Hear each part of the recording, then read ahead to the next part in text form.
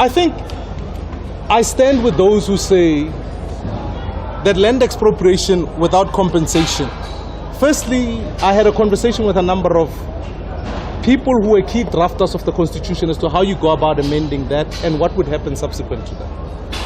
I think in this instance, really, I think even in the public consultation, you'll discover very quickly that it would be the Constitution is not the problem.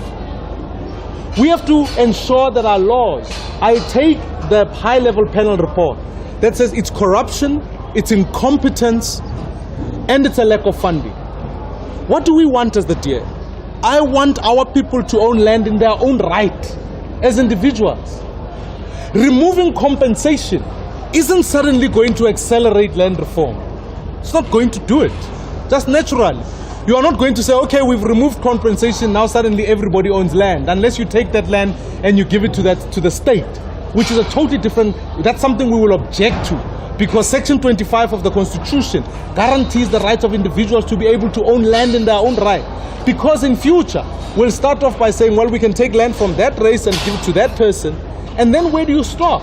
My view is ultimately that their individual rights to be able to own land, the clause, just and equitable compensation, is not the inhibitor. Far from, in fact. That clause must be tested in law. So when people say to me, what happens when people come up to me?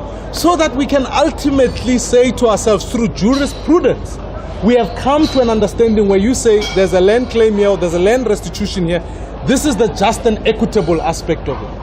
Because my brother, you remove private property rights. Countries that have done that, you don't have to look far.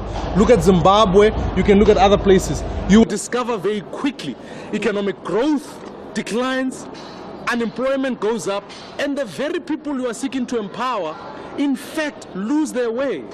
In fact, the very poor people don't benefit from that. So let us put together laws and uphold our Constitution that say we can accelerate this program. That's what we've got to do. All the EFF has done is given the ANC an excuse for poor work. We should do better work on land reform and land restitution. I can assure you we'd be further down the line. If we even accelerate the program around the state land and ensure that we can own it even better, where there's land reform and land restitution, let's do it even much more effective. We would be far further down the line by now. It's a government that has failed, and now suddenly they want to blame the Constitution. And I think many South Africans will come around and say, it's not the government.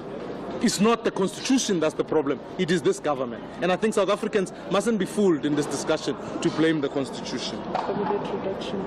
Ngizolilwela Izwela Ngizolilwela Izwela Yebo ngizolilwela bo Yo Izwela Izwela me Izwela me Izwela me